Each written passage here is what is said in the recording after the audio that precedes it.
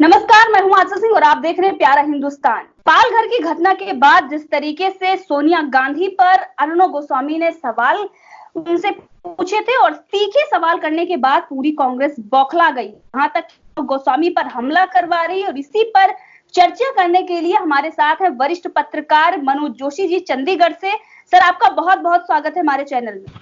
आपका भी बहुत बहुत धन्यवाद। Thank you so much sir.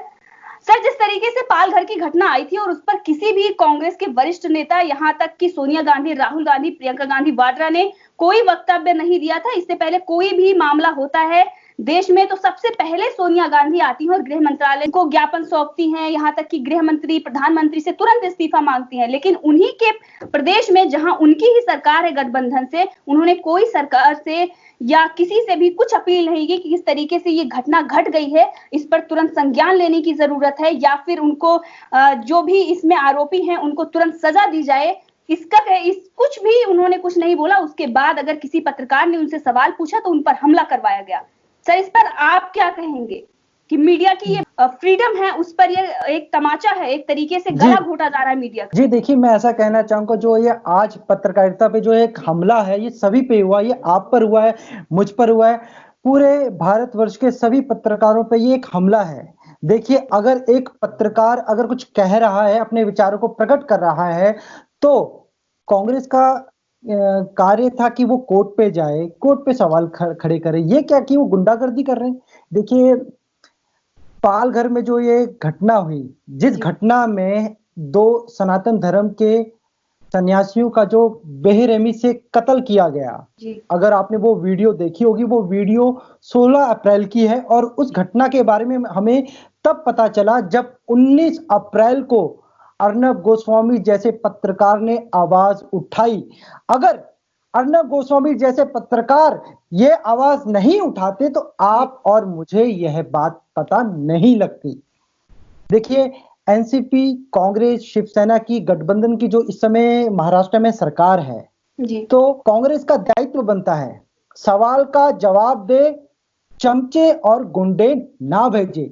सीधा सीधा उन्होंने सवाल पूछा कि देखिए सोनिया जी, अगर ये घटना किसी पादरी पर या किसी विशेष धर्म पर होती तो क्या आप सवाल नहीं करती? आप चुप क्यों हैं? और इस पर उनके चमचों ने उन पर हमला किया। उनकी धर्मपत्नी उनके साथ थी। अगर भगवान ना करे उनकी धर्मपत्नी और उनको कहीं ज्यादा चोट आ जाती तो कौन जिम्मेवार होता? ये कांग्रेस?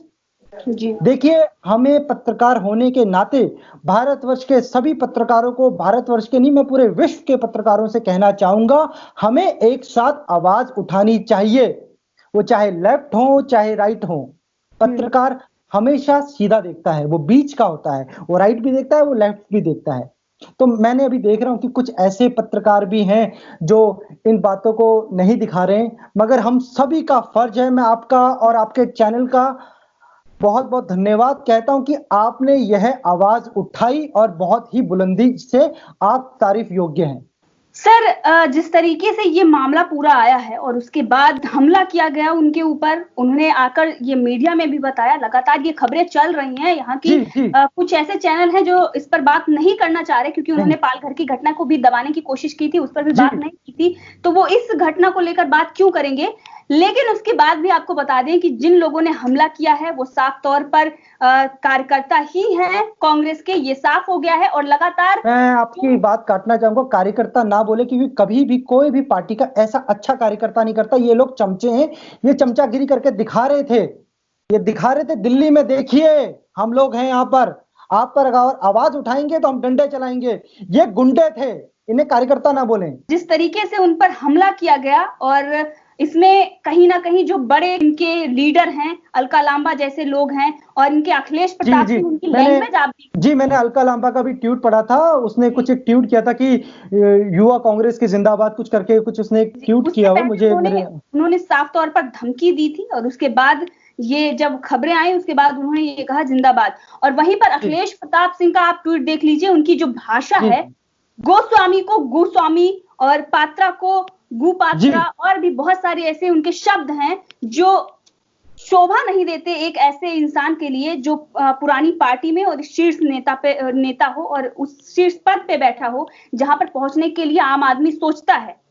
जी उनकी भाषा देख लीजिए, मर्यादा, और साथ में ही जो राज्य सरकार है मध्य प्रदेश में, वो उन दोनों को बचाने की कोशिश कर रही है। जो भी उनके चमचे हैं, जो भी गुंडे हैं, जिन लोगों ने हमला किया है, एक्शन उन पर, उनकी धाराएं क्या लगी हैं उन पर, 504 और 341 सबको पता है कि ये मामूली धाराएं। आपको बता दूं, उस वीडियो को देखने के बाद उसमें एक ऐसा भी दृश्य है, कुछ ऐसे फोटो आए थे, उनके शवों को अपमानजनक ढंग से लेकर भी गया। मतलब जब उनको मार दिया गया, उसमें उनकी लाशों को, उनके शवों को इतने अपमानजनक ढंग से उठाया गया और एक छोटे से टेम्पो ट्रैवल में डाला गया। इतने बुरे ढंग से लेकर गए उन सन्यासियों की। अगर ये हाल आज हमारे सन्यासियों का है तो हम लोगों को क्या होगा, सोचिए ये घटना। और दूसरा, अर्नब गोस्वामी जैसे ईमानदार पत्रकार पर हमला कर रहे हैं, साफ साफ दिखा रहे हैं कि ये लोग गुंडे हैं। ये लोग अपनी मतलब बता रहे हैं कि इनका यही कार्य है। जो इन्होंने हमला किया है अर्नब गोस्वामी पर, उन पर जो धाराएं लग रही हैं वो है 504 और 341, मामूली धाराएं हैं, इसमें बेल भी हो जाती है, ऐसी धाराएं। और एक हमला करने की देखिए, मैं आपके चैनल के जरिए कहना चाहूंगा कि हमारा भविष्य खतरे में पत्रकारों का। आज हमारे जो विद्यार्थी हैं, जो मास कॉम कर रहे हैं, जो आगे आकर पत्रकार बनना चाहते हैं, इस क्षेत्र में कार्य करना चाहते हैं, उन तक क्या संदेश पहुंचेगा? उनके परिवार के लोग क्या सोचेंगे? यार हम अपने बच्चों को मास कॉम करवाएं कि नहीं करवाएं? ये तो, इसमें तो हमले होते हैं, इसमें तो मार दिया जाता है। तो सोचिए, ये हमला अर्नब गोस्वामी जी पे नहीं हुआ है, ये पूरी बिरादरी पे हमला है, ये सभी पत्रकारों पे हमला है। और आने वाले जो हमारे नए पत्रकारों का ये एक मतलब उनके जो विचार हैं उसको छोटा कर देंगे, उनके परिवार के विचारों को जो है बिगाड़ने का काम किया जा रहा है कि आप अगर सच बोलेंगे तो हम आप पर हमला करेंगे। इससे पहले भी इन्होंने इमरजेंसी लगाकर ये दिखा दिया था कि जो फ्रीडम ऑफ स्पीच है वो सिर्फ और सिर्फ आतंकवादियों के लिए है। हमारे आंसू भी बाटला हाउस के एनकाउंटर में मारे गए लोगों के लिए हैं। जो आम जनता है यहाँ पर, उनके लिए हमारे पास कोई जगह नहीं है। उनके हक की बात हम कर ही नहीं सकते, ये तो इन्होंने साबित ही कर दिया है। लेकिन आपको बता दें कि CWC की जो बैठक हुई है उसमें सोनिया गांधी ने बीजेपी पर आरोप लगाया है और कहा है कि बीजेपी कोरोना वायरस के चलते सौहार्द बिगाड़ने का काम कर रही है, वायरस फैलाने, नफरत वाला वायरस फैलाने का देश में काम कर रही है। इससे पहले आपको पता होगा कि पूरे विश्व में जो प्रधानमंत्री मोदी की रैंकिंग है, बीजेपी पार्टी के ही लीडर हैं और जो शीर्ष पर बैठे हुए हैं, 68% इनकी रैंकिंग है, पूरे विश्व में सबसे लोकप्रिय नेता हैं। और वहीं भारत में भी 93.5% लोगों की पसंद है और भरोसा है लोगों को कि प्रधानमंत्री मोदी कोरोना वायरस से हमें बचा लेंगे। और उस समय पर कांग्रेस का ये सवाल और बीजेपी पर ये आरोप कितना सही है, आपको क्या लगता है पत्रकार होने के नाते? हाँ जी, देखिए, मैं एक बात कहना चाहूंगा। इस समय जो हमारा भारत और पूरा विश्व ये जो एक महामारी से जूझ रहा है जी, इस महामारी से हम सभी व्यक्ति हैं, चाहे वो गरीब हो, चाहे वो अमीर हो, चाहे वो RSS से हो, चाहे वो कम्युनिस्ट पार्टी का हो, सभी पार्टी के, ऐसा कोई ये बीमारी ऐसा नहीं देखती कि ये लेफ्ट है या ये कौन सी पार्टी का है, ये कांग्रेस का है, बीजेपी का है। ये बीमारी ये देखती नहीं है, ये एक इंसान को देखती है। इस समय हमारे आदरणीय प्रधानमंत्री जी हम सबको एक पॉजिटिविटी दे रहे हैं, एक एनर्जी दे रहे हैं। वो कहते हैं कि दिए जलाओ, दिए जलाने से क्या होता है, हम में एक पॉजिटिविटी आती है। हम लॉकडाउन के अंदर हम दिन रात अपने घर पे बैठे हुए हैं जी। हमारी मानसिकता इतनी कमजोर हो चुकी है, हम सोच नहीं रहे, मगर वो उसको एक फेस्टिवल करते हैं, एक त्योहार के रूप में मनाने के लिए कहते हैं। जब उसको मनाते हैं तो हमारे अंदर एक नई ऊर्जा जागती है। मगर दूसरी तरफ सोनिया गांधी जी और ये जो भी विपक्ष है, ये इसका मजाक उड़ाते हैं, पावर ग्रिड की अफवाह फैला। जी हाँ जी, प्रधानमंत्री जी को तो पूरा विश्व मान रहा है आज।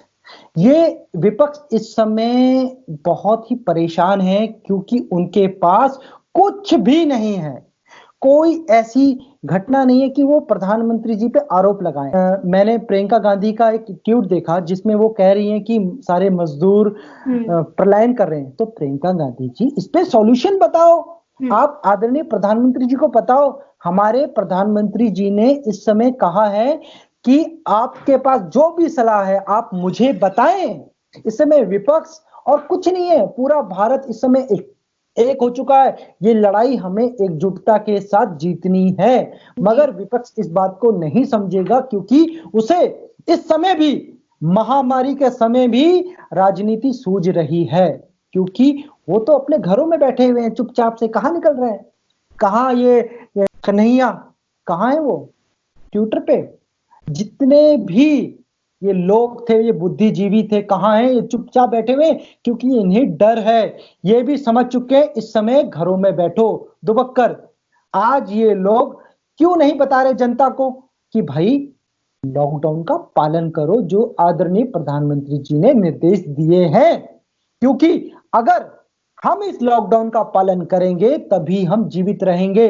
अगर हम सब जीवित ही नहीं रहेंगे तो क्या रहेगी इनकी राजनीति? ये गंदे लोग हैं।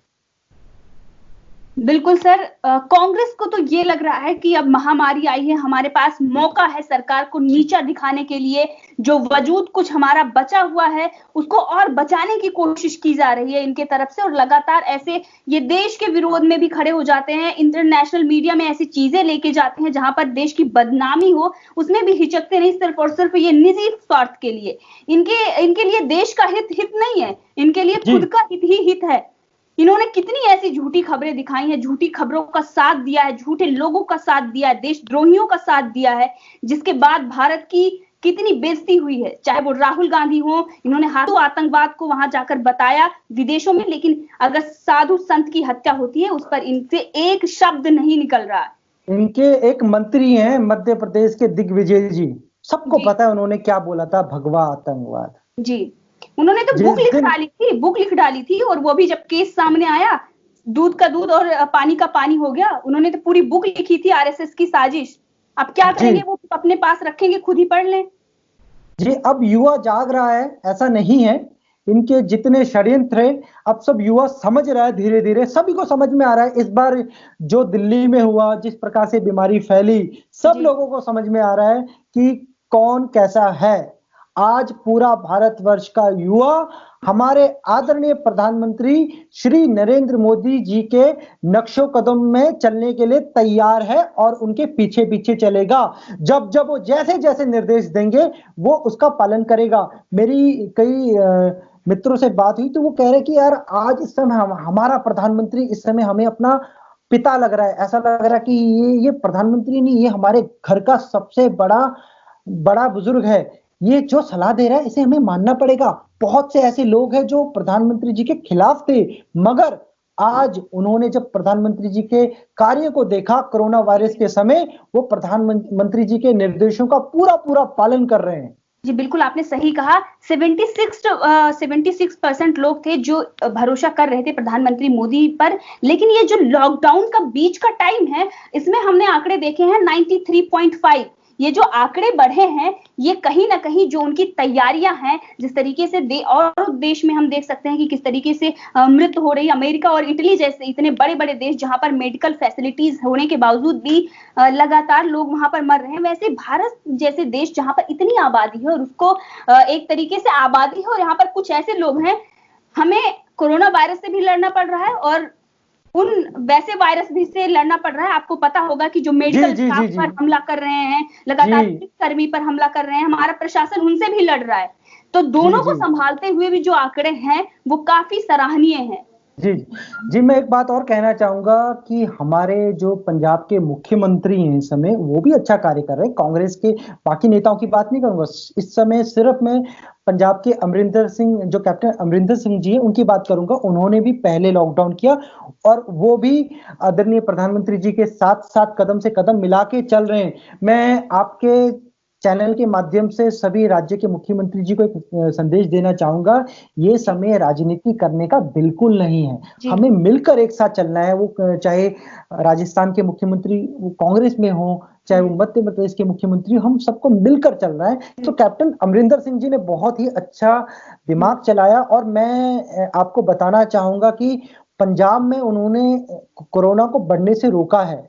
उन्होंने पुलिस प्रशासन को पूरी छूट दी कि कोई भी व्यक्ति लॉकडाउन का मतलब पालन करे, कोई भी व्यक्ति बाहर ना निकले, और ऐसा हो रहा है पंजाब में। सर, आप एडिटर गिल्ड ऑफ इंडिया को क्या कहेंगे? क्योंकि इससे पहले जो मामले हमारे सामने आते हैं, कोई भी घटना आती है हमारे सामने, वो तुरंत उस पर डिस्कस करके सामने आ जाते हैं कि ये गलत है, ये सही है। लेकिन पालघर की घटना पर उन्होंने कुछ नहीं कहा, और वहीं पर जब अटैक होता है अर्णव गोस्वामी पर, उसके बाद भी उन्होंने कोई एक्शन नहीं लिया, कुछ नहीं कहा। इस पर आप उन लोगों को क्या कहेंगे जो इसके सदस्य हैं? जी देखिए, ऐसा है कि हम सबको पता है घटना के बारे में। हम सब ने उस वीडियो को बहुत ही अच्छे ढंग से देखा। जो हमारे वो सन्यासी थे, वो, मैं उनकी हालत को बयान नहीं कर सकता। बहुत ही, उनके यहाँ से भी ब्लड आ रहा था, यहाँ से भी ब्लड आ रहा था। वो पुलिस वाले के पीछे जा रहे थे कि यार मुझे बचाओ, मुझे बचाओ, बचाओ। क्या उस समय एक भगवा, एक सन्यासी को देखकर कोई भी व्यक्ति इस प्रकार की, मतलब इस प्रकार से उत्तेजित हो सकता है? मैं सोच भी नहीं सकता। ये घटना जानबूझ के की गई थी। उन सभी को मैंने देखा ध्यान से, उसमें ऐसी ऐसी आवाजें आ रही थी जो विशेष वर्ग से भी थी। वो डंडा उठाकर पीछे से मार रहे थे। ये घटना तो 16 अप्रैल की है, हमें 19 अप्रैल को पता चला। अगर अर्नब गोस्वामी जैसे और आप जैसे चैनल के जो हैं, अगर वो नहीं बताते तो शायद ये घटना के बारे में किसी को पता ही नहीं चलता। मैं तो सोचता हूँ कि ऐसी पता नहीं ना जाने और कैसी घटनाएं जो हमारे तक आज तक पहुंची ही नहीं है ना। तो ये जो पालघर में जो घटना हुई है, ये बहुत ही शर्मसार घटना है, क्योंकि हम सभी सनातनी धर्मी हैं। हमारे लिए एक सन्यासी खो देना, 2 सन्यासी खो देना बहुत बड़ी बात है, क्योंकि सन्यास जीवन लेना कोई छोटी मोटी बात नहीं है। एक सन्यासी जब सन्यास लेता है तो वो सभी सुख सुविधाओं से को छोड़ देता है। वो परिवार को त्यागता है, वो रिश्तेदारों को त्यागता है, वो धन दौलत सब कुछ त्याग कर सन्यास लेता है जी। और जो हमारे 2 सन्यासियों को बेरहमी से हत्या की गई है जी, ये पूरा भारतवर्ष देख रहा है। इसे याद रखेगा, कभी कोई भूलेगा नहीं। जी बिल्कुल। और वहीं पर हम बात करेंगे कि जो अर्णव पर हमला हुआ है, उसके लिए भी आज हर किसी को आवाज उठानी चाहिए, चाहे वो छोटा पत्रकार हो, बड़ा पत्रकार हो, वरिष्ठ हो या अभी फ्रेशर हो, जो भी हैं उनको इस पर आवाज उठानी चाहिए कि देश में हम बिल्कुल भी ऐसी चीजों को बर्दाश्त नहीं करेंगे। आज अर्णव गोस्वामी पर हमला हुआ है, कल हमारे ऊपर हो सकता है, क्योंकि सच दिखाना जुल्म नहीं है। कि लोकतंत्र का चौथा स्तंभ ही माना गया है पत्रकारिता को, मीडिया चौथा स्तंभ है, और अगर वो सच नहीं दिखाएगा तो कौन दिखाएगा? वो सवाल नहीं पूछेगा तो कौन पूछेगा? आप प्रधानमंत्री को मौत का सौदागर कह सकते हैं, लेकिन किसी पार्टी की अध्यक्ष से सवाल नहीं कर सकते उस घटना को लेकर जहां पर उनकी सरकार हो और वहीं पर वो घटना घट गई हो। सर, आपका बहुत बहुत धन्यवाद है हमारे चैनल पर। आपका भी बहुत बहुत धन्यवाद, और आप बहुत अच्छा कार्य कर रही हैं। आप आज अपने पत्रकार होने का फर्ज अदा कर रही है, क्योंकि अर्णब गोस्वामी पे हमला नहीं है, आप पर भी है और मेरे पर भी है। ये याद रखिएगा, हम सबको याद रखना भी चाहिए। जी बिल्कुल। आपका बहुत बहुत धन्यवाद। धन्यवाद सर। फिर मिलेंगे किसी अन्य विषय पर। तो ये हमारे साथ थे मनोज जोशी जी, जिन पर हमने बात की कि किस तरीके से अर्णव गोस्वामी पर हमला होता है और उसके बाद उनको राज्य सरकार बचाने की कोशिश कर रही है। धाराएं भी उन पर मामूली सी लगाई जा रही हैं, बल्कि जो काम किया गया है एक तरीके से उनकी जान लेने की कोशिश भी हो सकती है। उनके शीशे पर 3-4 बार वार किया गया है, वो भी देखने लायक है। अगर शीशा टूट जाता, उनकी वाइफ भी उनके साथ थी, और अगर कोई भी घटना घट जाती तो इसके जिम्मेदार कौन हो सकता था? तो इसी सवाल के साथ आपको छोड़ के जा रहे हैं। आप डिसाइड करेंगे कि अगर अर्णव गोस्वामी या उनकी पत्नी को कुछ होता तो इसका जिम्मेदार कांग्रेस की अध्यक्ष सोनिया गांधी होती या पूरी कांग्रेस पार्टी। धन्यवाद, नमस्कार। धन्यवाद।